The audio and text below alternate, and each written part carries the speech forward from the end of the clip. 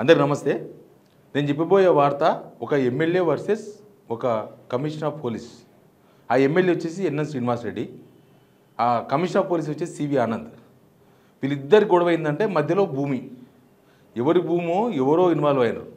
అందులో ఒక పక్క ఎమ్మెల్యే ఉన్నాడు, ఇంకో పక్క సివి ఆనంద్ ఉన్నారు. అసలు తెలంగాణలో ఏం జరుగుతుందో చెప్పడానికి ఈ స్టోరీ బాగా పనికొస్తుంది. అంతకుముందు కూడా ప్రభుత్వం పైన హైకోర్టు పోయారు మా మామనార్ ఎమ్మెల్యేలే. వాళ్ళు కూడా జడ్చర్ల ఎమ్మెల్యే అనిరుద్ రెడ్డి ఒక ప్రైవేట్ కంపెనీ గవర్నమెంట్ భూమిని కట్టి కబ్జా చేసి పెద్ద పెద్ద బిల్డింగ్లు, కమర్షియల్ బిల్డింగ్స్ కడుతుంటే దానిపైన ఆయన కోర్టుకు పోయాడు. పోతే కోర్టు ఆ కట్టేత ఆయనకు ప్లస్ గవర్నమెంట్కు నోటీసులు ఇచ్చింది. అసలు గవర్నమెంట్ చేయాల్సిన పని ఎమ్మెల్యే చేసిండు. సొంత గవర్నమెంట్ పైనే ఎమ్మెల్యే కోర్టుకు పోయిండు. ఇట్లాంటి విచిత్ర వార్తలన్నీ కూడా మా మామనార్ ఎమ్మెల్యే దగ్గర నుంచి వస్తుంటాయి ఎప్పుడు కూడా. మనం ఈ వార్త కూడా చూద్దాం. మేము చెప్పే వార్తలు మీకోసమే, దానిలో 90% అక్యురేట్.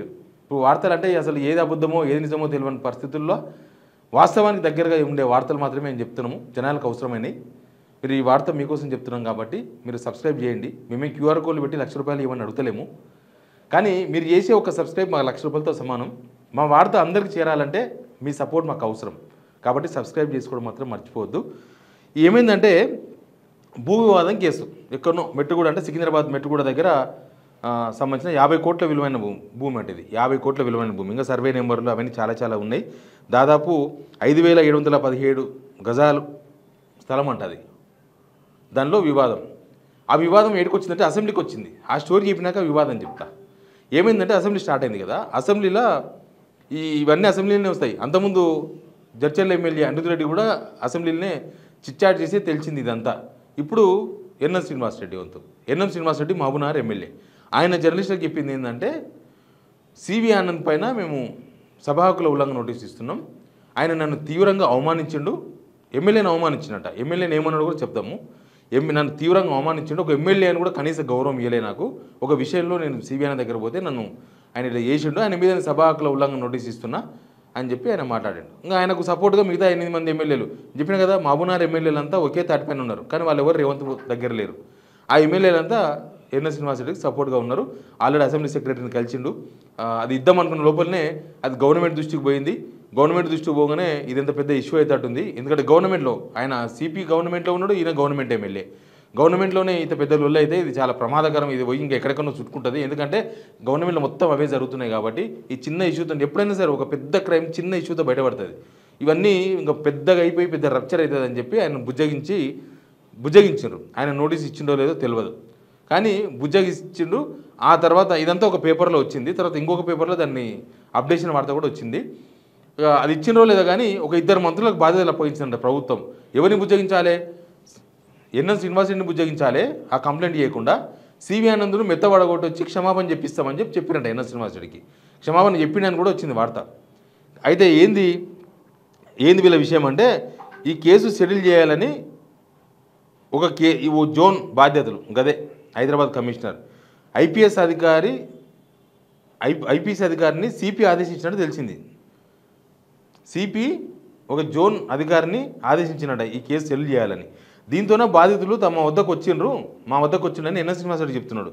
సెటిల్మెంట్ కోసం ప్రయత్నించారు, ఈ క్రమంలో వారిని బెదిరించిండ్రు అనేది ఆయన చెప్పింది. దీంతోనే మామనాడు జిల్లాకు సంబంధించిన ఎమ్మెల్యేలు కల్పించుకొని ఆ ఐపీఎస్ అధికారి తీరును తప్పుపట్టారు సివి ఆనంద్ది. అక్కడితో కాకుండా నేరుగా పోలీస్ కమిషనర్ కలిసి కోర్టులు పరిశీలించాల్సిన సివిల్ వివాదాల్లో మీరు ఎందుకు తలదూరుస్తున్నారని ప్రశ్నించినట్టు సమాచారం. ఏపీకి చెందిన పొలిటికల్ స్ట్రాటజిస్ట్ అంటే ఎవరో ఆయన ఎవరో ఆ భూమిని కబ్జా చేసినట్ట, దానిలో ఉన్న వాళ్ళని కొట్టిండంట. ఏదేదో ఉంది, దానిలో నిజమేంతో అబద్ధమేంతో అసలు అదంతా మాట్లాడదాం మళ్ళీ మనం. అయితే దాని గురించి సిపి దగ్గర పోతే ఆయన అమర్యాదగా మాట్లాడింది అనేది వార్త. అయితే దాని అప్డేషన్ వార్త ఏంటంటే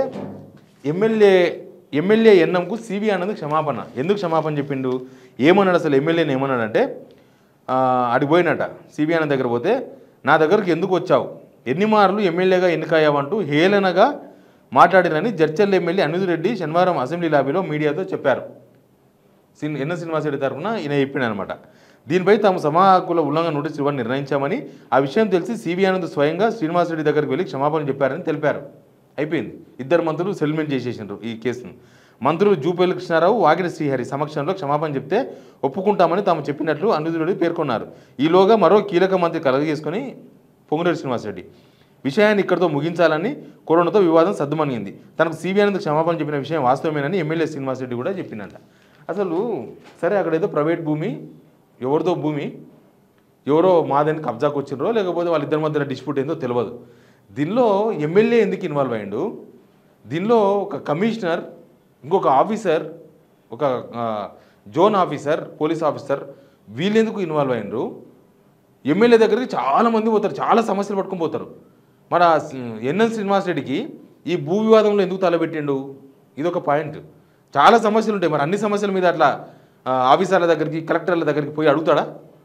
ఇప్పుడు ఎవరికో ఇందిరమ్మ ఇల్లు రాలేదనో, లేకపోతే ఎవరిదో ఒక చిన్న వ్యవసాయ భూమో ఏదో పక్కన కబ్జా చేసిననో, లేకపోతే ఏదో అయ్యిందనో పోతారు. లేకపోతే మాకు పాస్బుక్ రాలేదని పోతారు. లేకపోతే మాకు తక్కువ వచ్చింది భూమి, పాస్బుక్లో ఎక్కువ ఉందనో, పాస్బుక్లో తక్కువ ఉందనో ఏదో ఒకటి పోతారు. దాని మీద కలెక్టర్ అడగగలడా? మరి ఈ విషయంలో ఎన్ఎన్ శ్రీనివాసరెడ్డి ఇంట్రెస్ట్ ఏంది? ఎన్ఎన్ శ్రీనివాసరెడ్డి ఇంట్రెస్ట్ ఏందని చాలా ఇంపార్టెంట్ పాయింట్. సేమ్ టైం ఇక్కడ సివి ఆనంద్ ఇంట్రెస్ట్ ఏందని కూడా కనుక్కోవాలి. సివి ఆనంద్ మంచి ఆఫీసర్, మంచి అంటే మంచి ఆఫీసర్ అని పేరు ఉంది. మరి అసలు ఆ జోన్ ఆఫీసర్ ఎవరు? అసలు సివి ఆనంద్ దానిలో ఎందుకు తలదూర్చండు? అసలు ఈ సివిల్ తగాదాలలో ఈ ఐఏఎస్లు, ఐపీఎస్లు ఏం చేస్తున్నారు? తెలంగాణను మొత్తం కడిగేద్దామని చూస్తున్నారా? తెలంగాణ మొత్తం దోసుకుందామని చూస్తున్నారా? పైనుంచి కింది దాకా ఐఏఎస్లు, ఐపీఎస్లు, ఎమ్మెల్యేలు అందరు కలిసి దోసుకుందామని చూస్తున్నారా? అనేక సమస్యలు, ప్రజా సమస్యల విషయంలో ఎన్ఎస్ శ్రీనివాసరెడ్డి అంత ఇంట్రెస్ట్ తీసుకుంటే చాలా గొప్ప లీడర్ అవుతాడు. కానీ మరి ఆయన ఎప్పుడు ఈ ప్రజా సమస్యల విషయంలో ఎక్కడినో పోయి ఆ ప్రాబ్లంను వారు మాట్లాడి దాన్ని సొల్యూషన్ చేసినట్టుగా మనకి ఎక్కడైతే కనబడలే. మామనారు జనాలకు కష్టాలు లేవా? మామనారు జనాలకు ఇబ్బందులు లేవా? మామనారులో అసలు ఇట్లాంటి గొడవలే లేవా? ఆ గొడవలు కాదండి. ఇక్కడ ఏంటంటే నేను మామనారాయణ అని చెప్తున్నారు. మెట్టుగూడ దగ్గర అంత పెద్ద జాగా 5,500, చిన్నవాడు కాదు, ఏదో పేదోడు ఎమ్మెల్యే సపోర్ట్ చేస్తే తప్ప ఆయన బతకలేడు అనే పరిస్థితి కూడా లేదు. 5,500 గజాలు అంటే దగ్గర ఎకరం పైన, ఎకరం బావు, అంత పెద్ద కథల ఎమ్మెల్యే ఎందుకు తలదూర్చండి? ఏం ఆశించకుండా తలదూర్చండా? ఎమ్మెల్యే కథ ఏంది అసలు? దీనిలో పోలీసు వాళ్ళ స్టోరీ ఏంది? దీన్ని ప్రభుత్వం బయటికి రాకుండా ఎందుకు లోపలనే క్లోజ్ చేసిండ్రు? ఇవన్నీ చాలా అనుమానాలు ఉన్నాయి. గవర్నమెంట్లో జరుగుతుంది ఇదే. కొన్ని విషయాలు అప్పుడప్పుడు బయటకు వస్తుంటాయి. దాన్ని చూసి మిగతాయి మొత్తం కూడా ఏం జరుగుతుందో మనం అర్థం చేసుకోవాల్సిన అవసరం ఉంది. మా మన్నార్ ఎమ్మెల్యేలు అయితే మొత్తం భూముల మీదే ఉన్నారు. ఎందుకో మరి అప్పట్లో ఆ ప్రైవేట్ భూమి విషయంలో గవర్నమెంట్ భూమిని ప్రైవేట్ వాళ్ళు ఎవరో కబ్జా చేస్తే కాంగ్రెస్ ఎమ్మెల్యే కోటుకోవడం ఏంది మతలబ్ దీనిలో? అది నిజంగానే గవర్నమెంట్ భూమి అయితే గవర్నమెంట్ పోతుంది, లేకపోతే ఆయన ప్రభుత్వంలో ఉన్నాడు కాబట్టి ఆయన ప్రభుత్వంతో మాట్లాడాలి, సీఎంతో మాట్లాడచ్చు. ఆయనే కదా మినిస్టర్, మున్సిపల్ మినిస్టర్, లేదా రెవెన్యూ మినిస్టర్ పొంగులేటి శ్రీనివాసరెడ్డి, వాళ్ళతో మాట్లాడాలి. ఏంది ఇదంతా అని. ఆయన కోర్టుకి ఎందుకు పోయింది? అసలు ఎవరిని బెదిరిస్తున్నారు? ఎవరిని బెదిరించుకొని దీన్ని పైసా కమాలు చేస్తున్నారు? ఎవరు డబ్బులు సంపాదించే ప్రక్రియలో ఉన్నారు? అసలు సమస్యలన్నీ వదిలేసి జనాల సమస్యలు వదిలేసి డబ్బులు వెంబడి ఎందుకు పోతున్నారు మా ఎమ్మెల్యేలు, మా మామనార్ జిల్లా ఎమ్మెల్యేలు అనేది ఒక పెద్ద ప్రశ్న. మా వాళ్ళు, మా జనాలంతా పాపం అమాయకులు, మామనార్ వాళ్ళు. కానీ వీళ్ళు మాత్రం చాలు తయారవుతున్నారు. చాలుగాళ్ళు అంటారు, అట్లా తయారయ్యారు. మొత్తం ఉన్నప్పుడే పైసలు సంపాదించుకోవాలి, దీపం ఉన్నప్పుడే ఇల్లు చక్కబెట్టుకోవాలనే ప్రయత్నాలు ఏమైనా జరుగుతున్నాయా? అసలు ఈ విషయాలను గవర్నమెంట్ బయటికి రాకుండా సడన్గా మూసేస్తుంది. బయటకు వస్తే చాలా విషయాలు తెలుస్తాయి. టైం వచ్చినప్పుడు అన్నీ వస్తాయి, అప్పుడు కూడా చూద్దాం. Please subscribe signal TV.